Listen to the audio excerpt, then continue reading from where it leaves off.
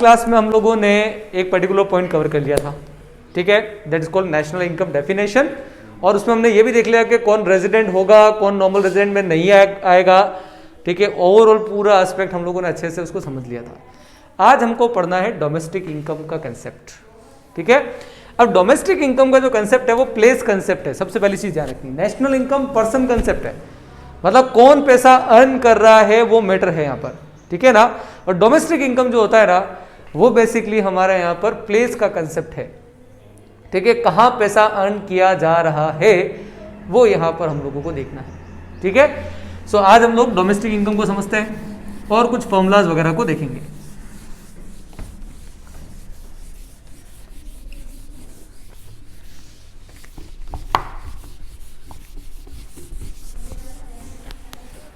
अच्छा, national income वाले concept में कोई डाउट तो नहीं है?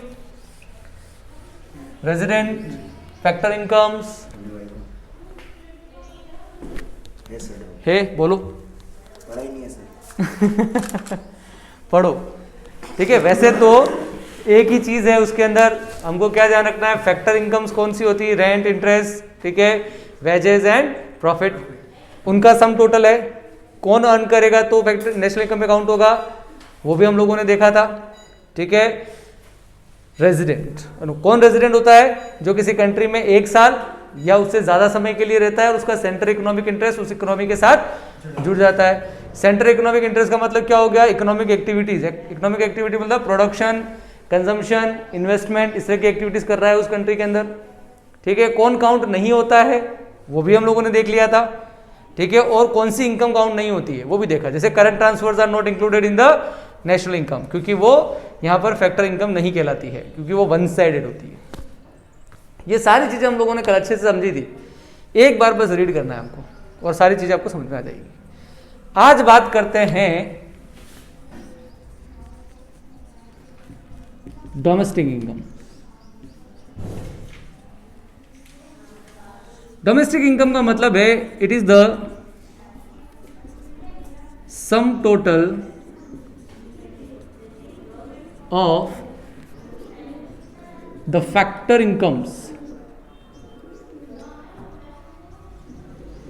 फैक्टर इनकम जानते हैं हम लोग क्या है, rent, interest, profit and wages. जैसे नेशनल इनकम के अंदर it is the sum of the factor income था, वैसे ये भी है, ठीक है। Earn in the domestic territory of the country, ठीक है, domestic territory of the country, ठीक है, within an accounting period. Okay, so basically हम लोगों को यहां पर डोमेस्टिक टेरिटरी के कंसेप्ट को समझना पड़ेगा, ठीक है। बाकी तो फैक्टर इनकम तो वही है जो हमने देखा, करंट ट्रांसफर यहां पर भी काउंट नहीं होते हैं, ठीक है। करंट ट्रांसफर का कंसेप्ट उन लोगों ने कल वाले बैच देखा था क्लास के अंदर कि क्या होता है, ठीक है। हमने देखा था कि these are the unilateral transfers just like donation, gift, remittances, जो नेशनल इनकम में काउंट नहीं की जाती है क्योंकि ये वन साइडेड है, ठीक है। 2 वे ट्रांजेक्शन्स नहीं है, वो हमें मिल रहा है लेकिन उसके बदले में हम कुछ नहीं दे रहे हैं, ठीक है ना। That's why it is not included in the measurement of national income, okay. और डोमेस्टिक के अंदर भी यही सिनेरियो है, फैक्टर इनकम्स का ही सम है, लेकिन यहां पर लिखा गया है कि वो फैक्टर इनकम जो आपने डोमेस्टिक टेरिटरी के अंदर अर्न की है उनका टोटल, डोमेस्टिक टेरिटरी के बाहर जो अर्न की गई फैक्टर इनकम्स वो यहां पर काउंट नहीं होगी, ठीक है। अब ये डोमेस्टिक टेरिटरी क्या है बेटा, डोमेस्टिक टेरिटरी का मतलब किस कहीं पर भी पॉलिटिकल टेरिटरी से नहीं है,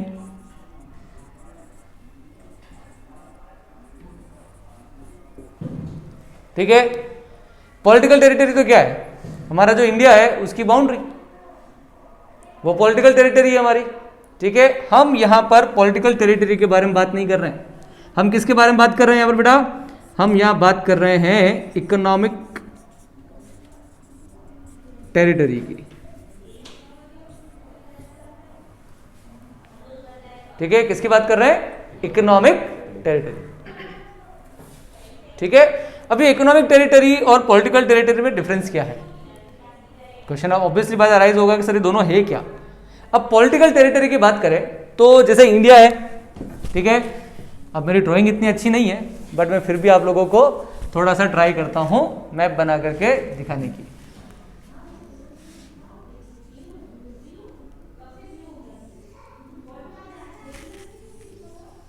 इस तरह से कुछ है, इंडिया का पार्ट है ना, थोड़ा सा इधर से और है,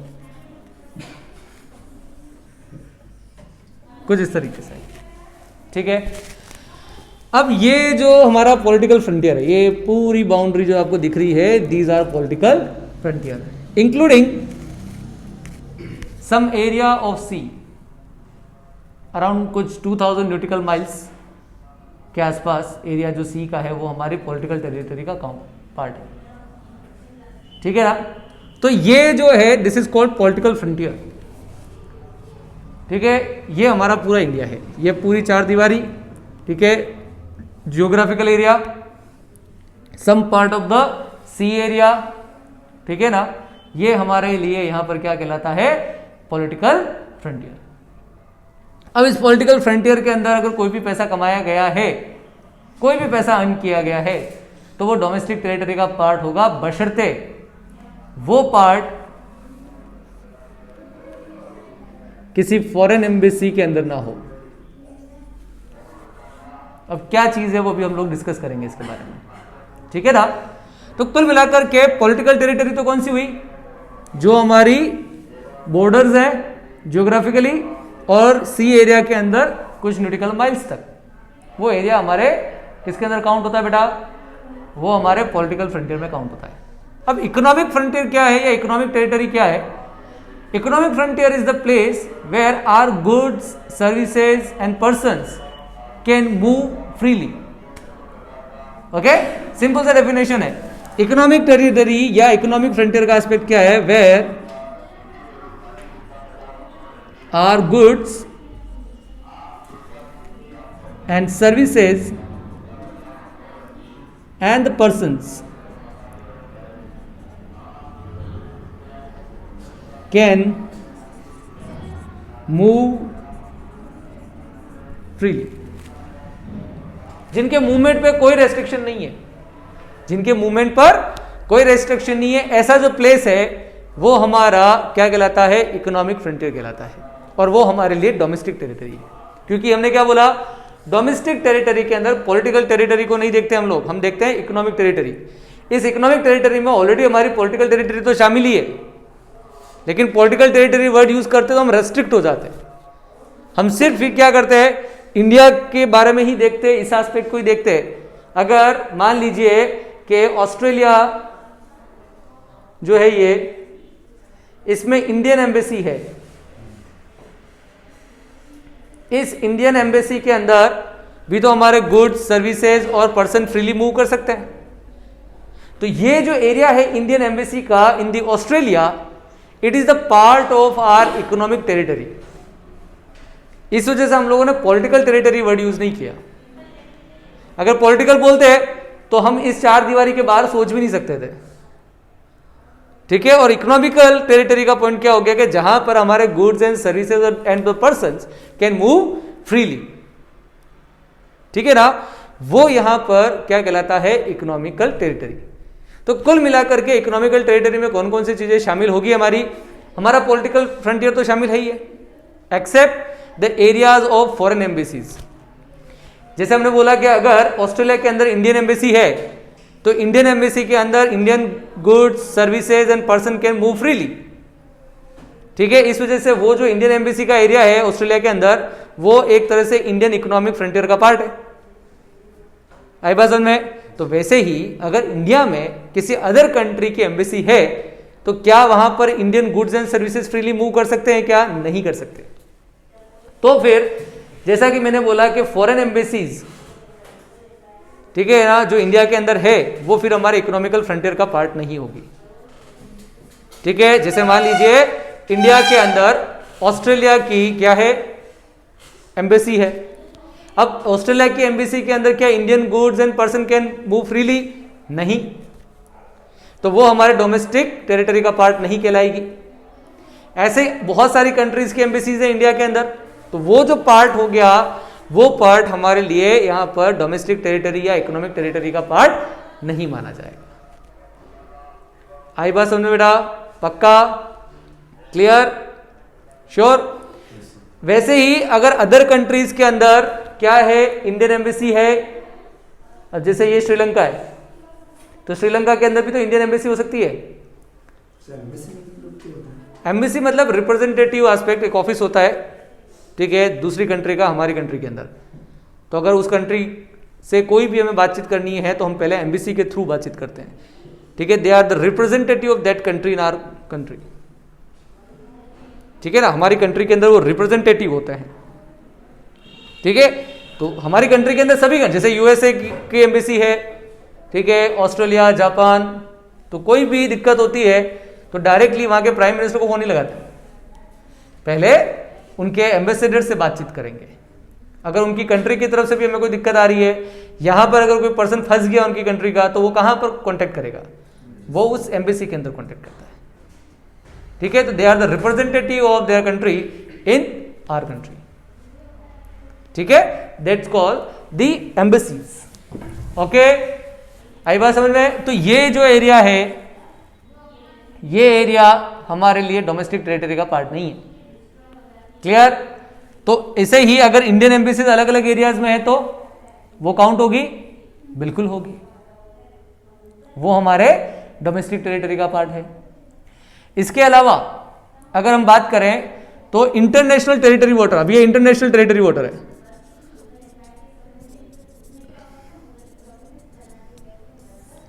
ये पूरा इंटरनेशनल टेरिटरी वाटर है, ठीक है, जिसमें किसी अदर कंट्री का कोई कंट्रोल नहीं है, ठीक है। अगर इंटरनेशनल टेरिटरी वाटर के अंदर कोई वेसल, कोई शिप, कोई रेजिडेंट हैंडल कर रहा है, कौन ऑपरेट कर रहा है? हमारे कंट्री का रेजिडेंट, ठीक है ना। तो वो भी हमारे इकोनॉमिक टेरिटरी के अंदर काउंट हो जाती है। उस वो एरिया मतलब वो वेसल जो है, ठीक है ना, वो कौन ऑपरेट कर रहा है? Resident of our country. तो वो जो शिप है, वो जो एरिया है, वो भी किस में काउंट हो गया? हमारे डोमेस्टिक टेरिटरी के अंदर काउंट हो गया। ऐसे ही कोई floating gas ring, oil ring on the international water, ठीक है ना भाई, समुद्र के अंदर भी तो, नीचे भी तो हमें ऑयल वगैरह गैस के मिलते हैं, ठीक है ना। तो वहां से जो गैस को हम लोग क्या कर रहे हैं, एक्सट्रैक्ट कर रहे हैं या ऑयल को एक्सट्रैक्ट कर रहे हैं, तो उसके लिए बड़े बड़े प्लेटफॉर्म्स बनते हैं पानी के ऊपर। तो वो जो एरिया है, वो भी अगर कोई रेजिडेंट ऑपरेट कर रहा है, कोई रेजिडेंट कंपनी या कोई रेजिडेंट पर्सन जो है वो ऑपरेट कर रहा है, तो वो एरिया भी हमारे डोमेस्टिक टेरिटरी का पार्ट बन जाता है। आई बात समझ में? तो हमने क्या बोला, कोई भी ऐसी वेसल्स या फिशरीज जो कि एक रेजिडेंट ऑपरेट कर रहा है इन इंटरनेशनल टेरिटरी वाटर, तो वो भी हमारी डोमेस्टिक टेरिटरी के अंदर काउंट हो जाएगी, ठीक है। अगर कोई एयरक्राफ्ट है जो दो कंट्रीज के बीच में ट्रेवल कर रहा है, ठीक है ना, और उसको भी कौन ऑपरेट कर रहा है? रेजिडेंट ऑपरेट कर रहा है, तो वो भी हमारी डोमेस्टिक टेरिटरी के अंदर काउंट हो जाएगा, भले ही वो दो अलग कंट्रीज के बीच में ऑपरेट हो रहा है, ठीक है, लेकिन उसको ऑपरेट कौन कर रहा है? रेजिडेंट कर रहा है, ठीक है। तो वो भी हमारी डोमेस्टिक टेरिटरी में काउंट हो जाएगा। इसके अलावा natural gas, oil rings in the international territory water, ठीक है, उनको भी कौन हैंडल कर रहा है? अगर एक रेजिडेंट हैंडल कर रहा है तो वो एरिया भी हमारी डोमेस्टिक टेरिटरी में काउंट हो जाएगा। आई बात समझ में? और फॉरेन एम्बेसी तो है ही, हमारी इंडियन एम्बेसी जो है वो फॉरेन कंट्रीज के अंदर जो है वो एरिया भी हमारी किसके अंदर काउंट हो जाता है? डोमेस्टिक टेरिटरी में काउंट हो जाता है। तो इस डोमेस्टिक टेरिटरी के अंदर जो भी पैसा अर्न किया गया है in the form of factor incomes, वो हमारी डोमेस्टिक इनकम के अंदर काउंट होगा। समझ में आया? किसी ने भी किया, पर्सन मैटर नहीं करता है, whether it is a resident or whether it is a non resident, कौन अर्न कर रहा है बेटा, वो यहां पर मायने नहीं रखता है। मैंने पहले भी बोला था, नेशनल इनकम में मायने रखता है। नेशनल इनकम पे कहां अर्न की जा रही है पूरे वर्ल्ड में, प्लेस क्या है अर्न करने का, वो मैटर नहीं करता है, कौन अर्न कर रहा है वो मैटर करता है। इसीलिए हमने जब एग्जांपल लिया था कल भी, तो हमने बोला था कि पीयूष इज अ सेलिब्रिटी, ठीक है, और वो क्या करता है, यहां से बाहर जाता है अलग अलग कंट्रीज में और शोज करता है, तो वो हमारी टेरिटरी में तो काउंट हो ही नहीं रहा है, वहां वो पैसा अर्न करता है, फिर इंडिया आ जाता है वापस से, तो उसने जो पैसा वहां अर्न किया, क्या वो हमारे नेशनल इनकम में काउंट होगा क्या? बिल्कुल होगा, क्योंकि वो रेजिडेंट है हमारी कंट्री के अंदर। आई बात समझ में? लेकिन डोमेस्टिक के लिए जरूरी है कि जहां वो पैसा अर्न किया गया, ठीक है, क्या वो हमारी डोमेस्टिक टेरिटरी में काउंट होता है या नहीं होता है। ठीक है, अगर वो हमारी डोमेस्टिक टेरिटरी में काउंट नहीं होता है तो वो पैसा जो है किसी ने भी अर्न किया हो, ठीक है, वो हम काउंट नहीं करेंगे, चाहे वो रेजिडेंट ने क्यों ना अर्न किया हो।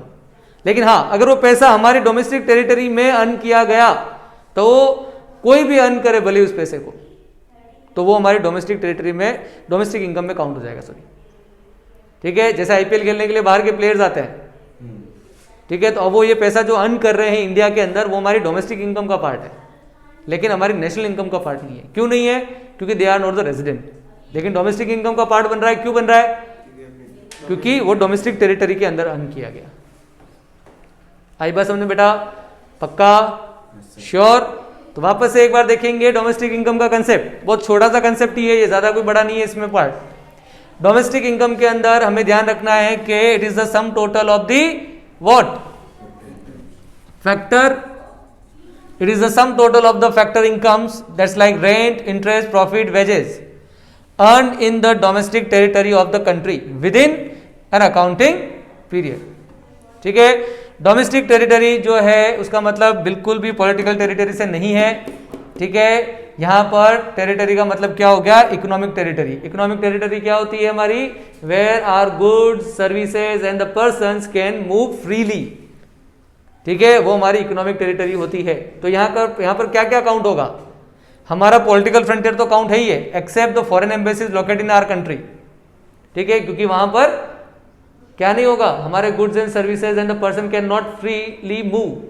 दैट्स व्हाई इंडिया के अंदर जितनी भी फॉरेन एम्बेसीज हैं, ठीक है, वो हमारी डोमेस्टिक टेरिटरी का पार्ट नहीं है। लेकिन हाँ, जो अदर कंट्रीज है उनके अंदर जो इंडियन एम्बेसीज हैं, ठीक है, वहां पर हमारे लोग गुड सर्विसेज क्या कर सकती है? फ्रीली मूव कर सकती है। That's why it is a part of our domestic territory. Australia के अंदर इंडियन एम्बेसी है, वो हमारी डोमेस्टिक टेरिटरी में है। श्रीलंका के अंदर इंडियन एम्बेसी है, वो हमारे डोमेस्टिक टेरिटरी के अंदर है। यूएसए में हमारी इंडियन एम्बेसी है, वो हमारा डोमेस्टिक टेरिटरी है। ठीक है, उसके अलावा कोई भी फिशरी या एयरक्राफ्ट, अगर कोई रेजिडेंट जो है वो ऑपरेट कर रहा है इन इंटरनेशनल टेरिटरी वाटर और इंटरनेशनल टेरिटरी, तो वो भी हमारा वो एरिया जो है वो भी किस में काउंट हो जाएगा? हमारी डोमेस्टिक टेरिटरी में काउंट हो जाएगा। ठीक है, कोई भी floating gas ring, natural gas ring, ठीक है, या फिर ऑयल रिंग जो है वो कोई रेजिडेंट ऑपरेट कर रहा है, तो वो एरिया भी किस में काउंट हो जाएगा? डोमेस्टिक टेरिटरी में काउंट हो जाएगा। आई बात समझ में? तो ये चीजें आप लोगों को इसमें ध्यान रखनी है। ठीक है, एंड द मेजर थिंग, यहां पर पर्सन एस्पेक्ट नहीं है, या एरिया एस्पेक्ट है, कहां अर्न किया जा रहा है। जबकि नेशनल इनकम में पर्सन एस्पेक्ट है, कौन अर्न कर रहा है वो मेजर है। ठीक है, क्लियर? श्योर? ओके, लाओ बुक दो मुझे एक बार।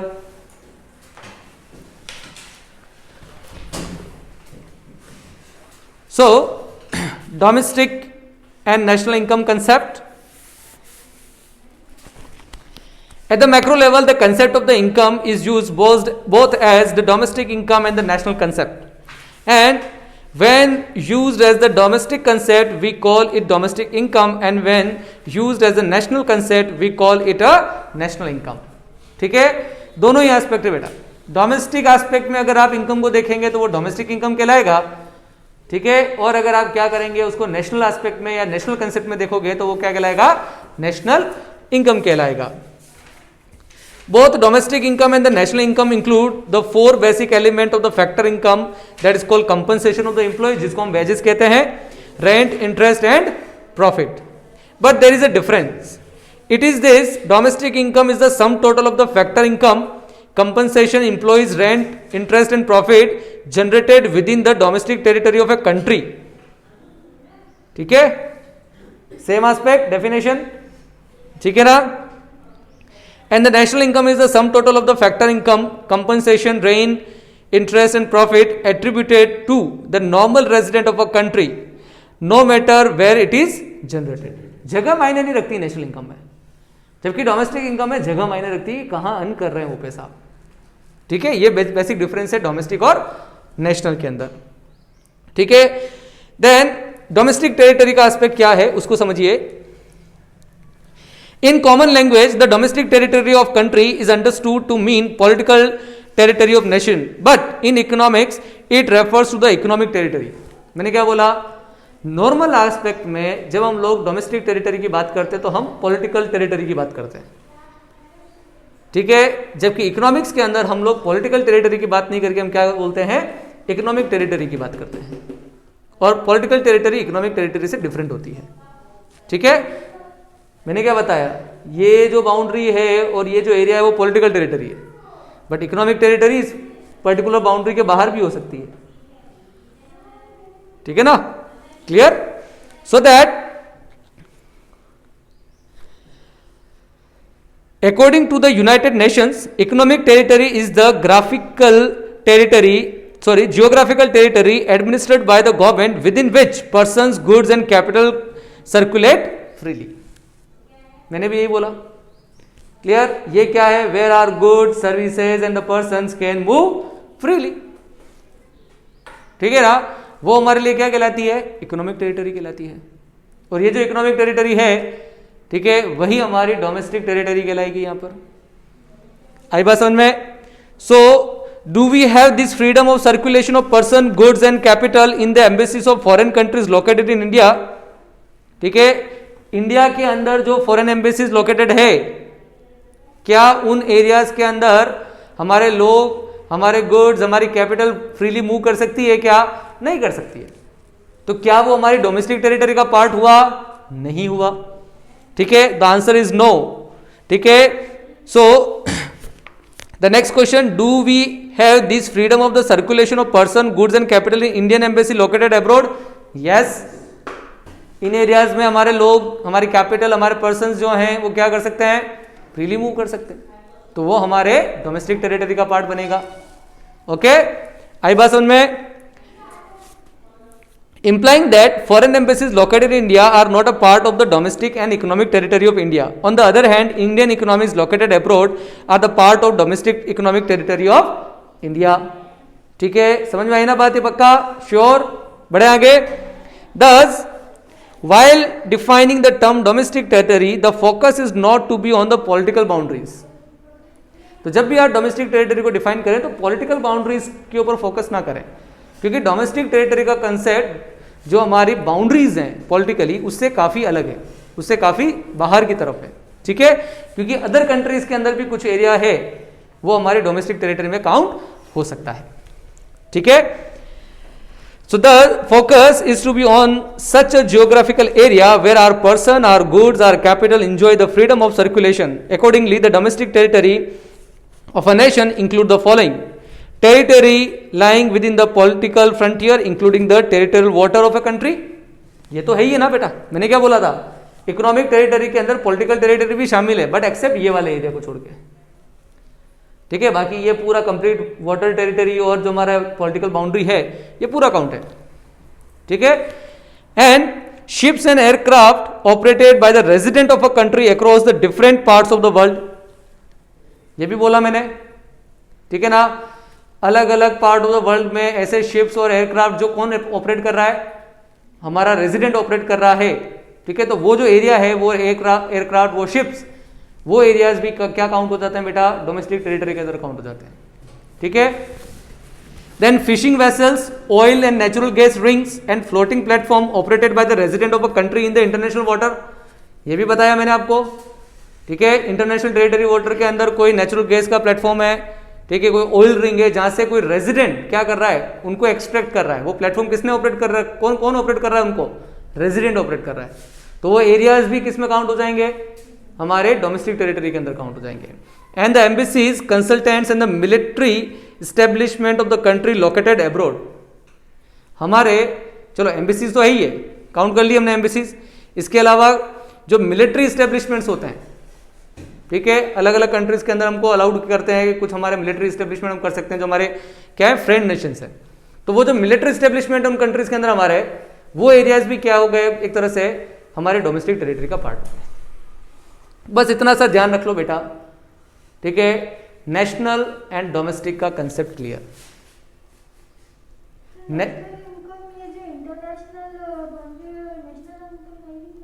कैसे? जैसे आपने बोला ये ऑयल है तो ये इंटरनेशनल टेरिटरी वाटर के अंदर होता है जनरली, नेशनल में है तो वैसे अपना ही है,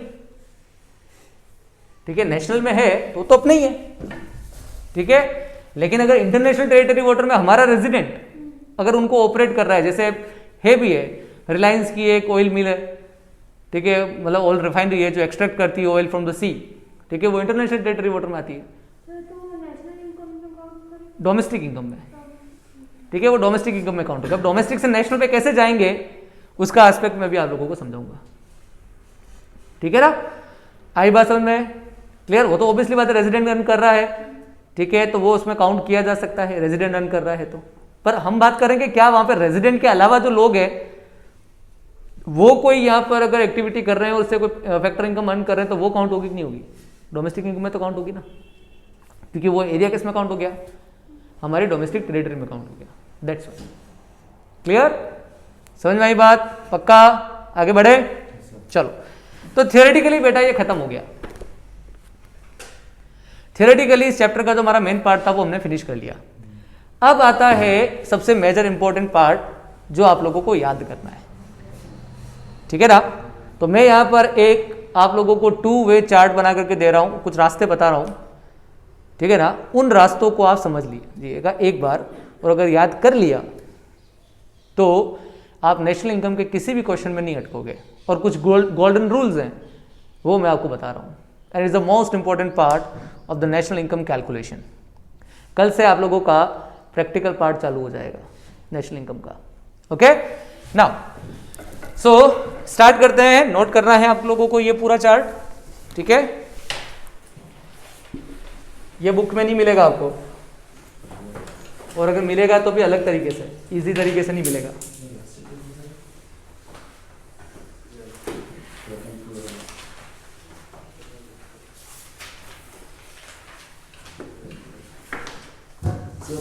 वैसे भी आप लोगों के एग्जाम्स लेट है, मेन एग्जाम्स, ठीक है। कब है सर? जनवरी में तो एक्सटर्नल भी नहीं है शायद तुम्हारे, जनवरी फरवरी में तो नहीं एग्जाम, उसके बाद होंगे, मतलब अनाउंसमेंट भी शायद फेब के एंड तक होगा या फेब में होगा, तो थोड़े से आगे बढ़ गया। मान के चलिए शायद या तो अप्रैल में स्टार्ट होंगे या मई में स्टार्ट होंगे, इस बार लेट एग्जाम्स, ठीक है ना। इधर देखो, सबसे पहले गोल्डन रूल्स की बात करते हैं, ठीक है। नेशनल इनकम के गोल्डन रूल्स की बात करते हैं कि हमें क्या ध्यान रखना है। 3 चीजें लिख रहा हूं मैं, ठीक है, उसके ऊपर फोकस करना। जी, डीपी, एमपी, ठीक है ना। ये 3 रूल है यहां पे बेटा, तीनों को मैंने थोड़ा दूर दूर लिखा है, जनरली हम पास पास लिखते हैं इसको, ठीक है ना। समझिएगा, this is a gross, this is what domestic product, and that is what market price, ठीक है।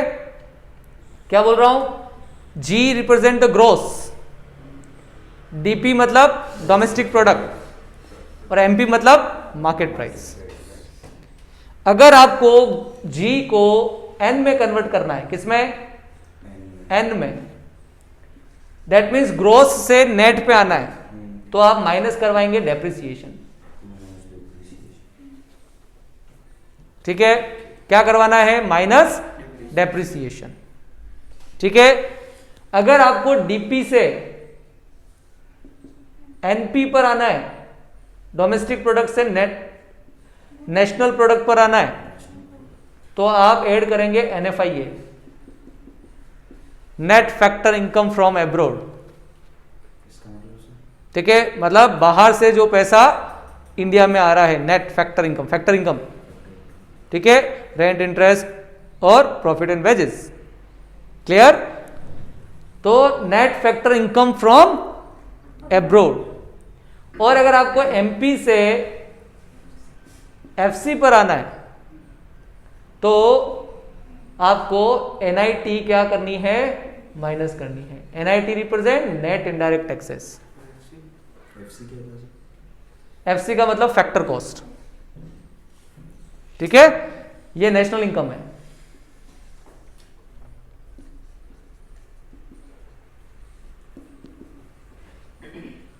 और ये डोमेस्टिक इनकम है।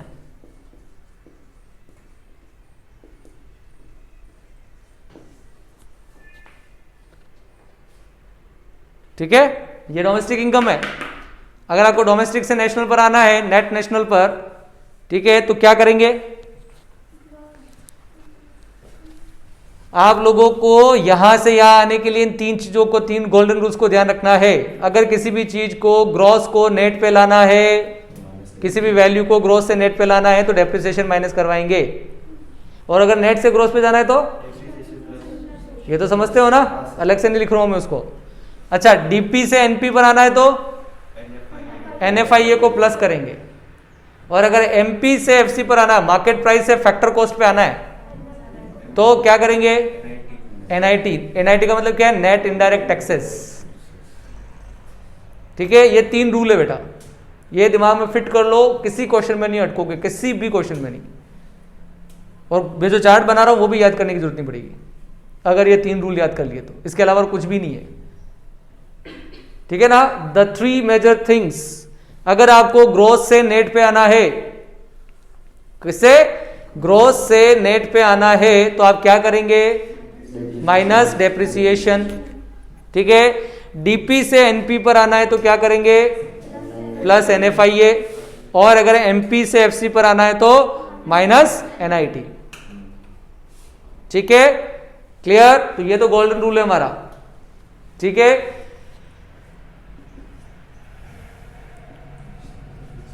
ग्रॉस टू नेट क्या करना है? Minus depreciation. दूसरा DP, domestic product two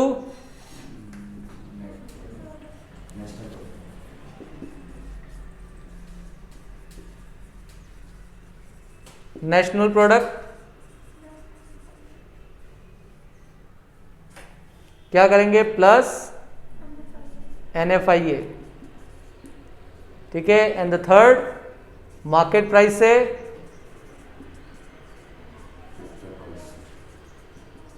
factor cost क्या करेंगे? माइनस करेंगे। बस याद रहेगा, लिख लो इसको एक बार पहले। फिर एक अपन लोग 2 वे चार्ट बनाते हैं जिसमें सारे फॉर्मूलाज एक ही बार में काउंट हो जाएंगे, फिर अलग अलग उसको पढ़ने की जरूरत नहीं है।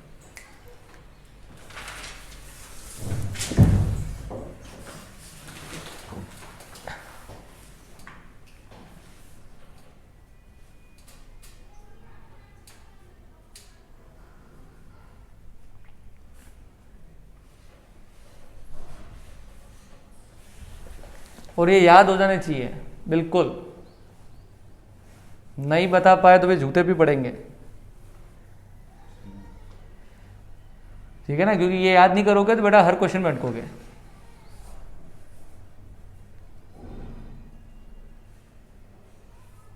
नेशनल इनकम के फॉर्मूलाज याद करने से पहले ये याद करना जरूरी है।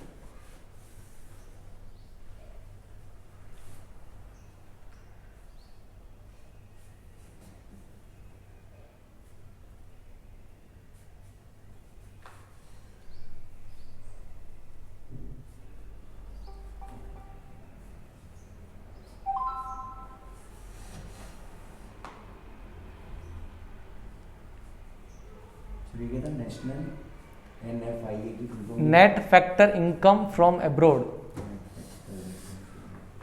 वैसे यह पेपर लिखेंगे सारे पॉइंट्स तो उसमें कवर हो जाएगा, कैसे कैलकुलेट होता है वो भी बता दूंगा। ठीक है,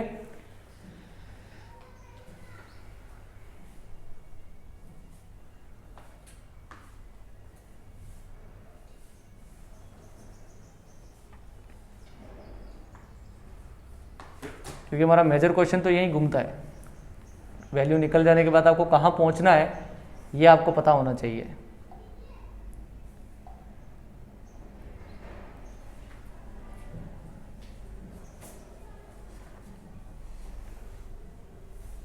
क्लियर?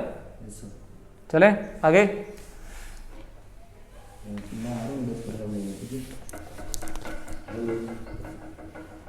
मैं हटा दूं? कौन सा वाला लिख रहा है? लास्ट में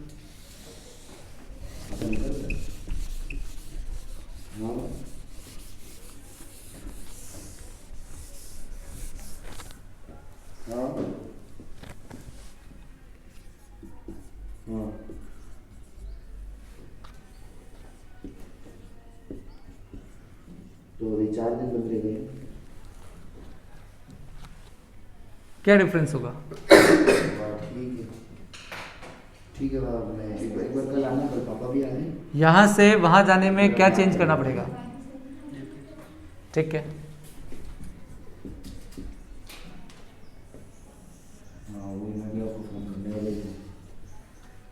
ठीक। ठीक है बाबा।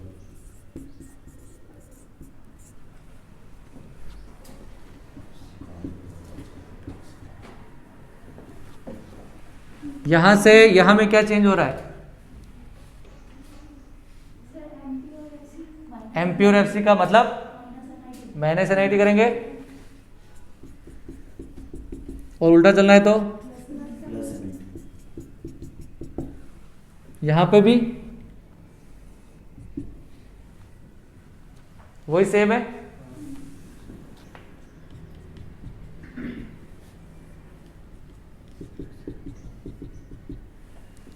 ठीक है, अच्छा इनमें दोनों में डिफरेंस क्या है?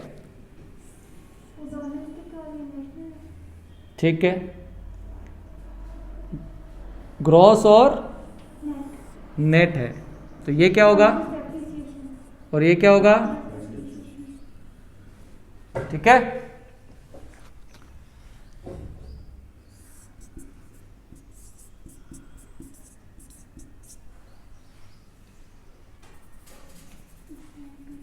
अच्छा ये जो है वो है जीएनपीएफसी और ये है जीडीपीएफसी, दोनों में डिफरेंस क्या है?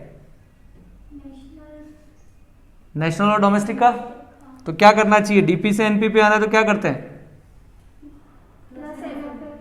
प्लस,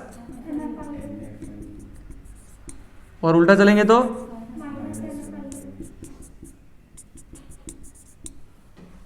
ठीक है। इधर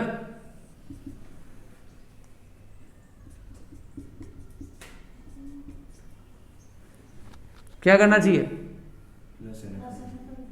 प्लस एनएफआई है और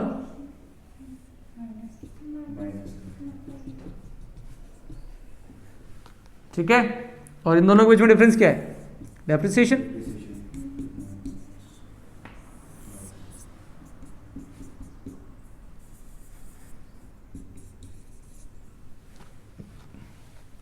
ये एक छोटा सा चार्ट है हमारा।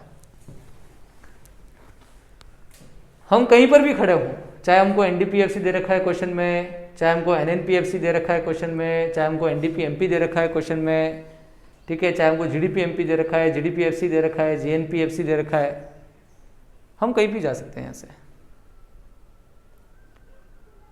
बस आपको राउट पता होना चाहिए। आप यहाँ खड़े हो, आपको ये चीज पूछ रहा है, आप यहाँ से प्लस डेप्रिसिएशन करिए, प्लस एनएफआईए कीजिए, यहाँ पहुंच जाओगे, या फिर पहले एनएफआईए प्लस कीजिए फिर डेप्रिसिएशन का एडजस्टमेंट कर दीजिए। तो ये रोड मैप है आपका कि कोई भी वैल्यू आपको दे रखी हो क्वेश्चन में और कहीं पर भी पहुंचना हो, ठीक है, तो आप आसानी से पहुंच सकते हो। मैं तो कहता हूं ये भी याद रखने की जरूरत नहीं है अगर आपने वो 3 रूल याद रख लिए, ठीक है ना। अगर 3 रूल याद कर लिए तो आप उससे जहां आपसे आप जो वैल्यू या जहां आपको जाने के लिए बोलेगा आप वहां पर जा सकते हैं और वो कैलकुलेशन कर सकते हैं। आई बात समझ में? पक्का ये नोट कर लो, कंफ्यूजन नहीं है, गोल्डन रूल याद रख। हाँ सर, वो तो याद होगा। बस वो याद है तो ये हो जाएगा। ये समझ में नहीं आया। ये तो रोड मैप है खाली, बस ये नेशनल इनकम है हमारी। इट्स जस्ट दैट कि अगर आप लोगों को कहीं उलझ जाए, आपको ये समझ नहीं आ रहा है कि उस वैल्यू तक कहाँ कैसे पहुंचे हैं, तो ये आपको हेल्प करेगा। बाकी अपन ने यहां पर भी गोल्डन रूल ही अप्लाई किया है और कुछ नहीं किया है, पर ये सारी वैल्यूज होती है नेशनल इनकम के अंदर, ये सारी वैल्यूज होती है और इनमें से कोई सी भी वैल्यू आपसे पूछ सकता है वो कैलकुलेशन पॉइंट ऑफ व्यू से। तो ये आपको पता होना चाहिए कि उस वैल्यू तक कैसे पहुंचे। तो एक रोड मैप है, इसकी मदद से आप वहां तक पहुंच सकते हैं। अगर कंफ्यूजन हो तो एग्जाम में जाते सबसे पहले ये बना लो, ठीक है ना, रफ के अंदर बना के छोड़ दो, फिर आप अपने क्वेश्चन में जो पूछा गया उसके हिसाब से फॉर्मूला लगाओ और वो देख लो कि वो आपसे पूछ क्या रहा है। बस वहां से आप उस चार्ट की हेल्प लेकर के आपको पता चल जाएगा डेप्रिसिएशन प्लस करना है कि माइनस करना है, NFIA को प्लस करना है या माइनस करना है, ठीक है ना, या NIT का एडजस्टमेंट क्या करना है, प्लस करना है माइनस करना है। बाकी हो तो तीन ही चीज रही है, ठीक है ना। नोट कर लो बेटा इसको जल्दी से।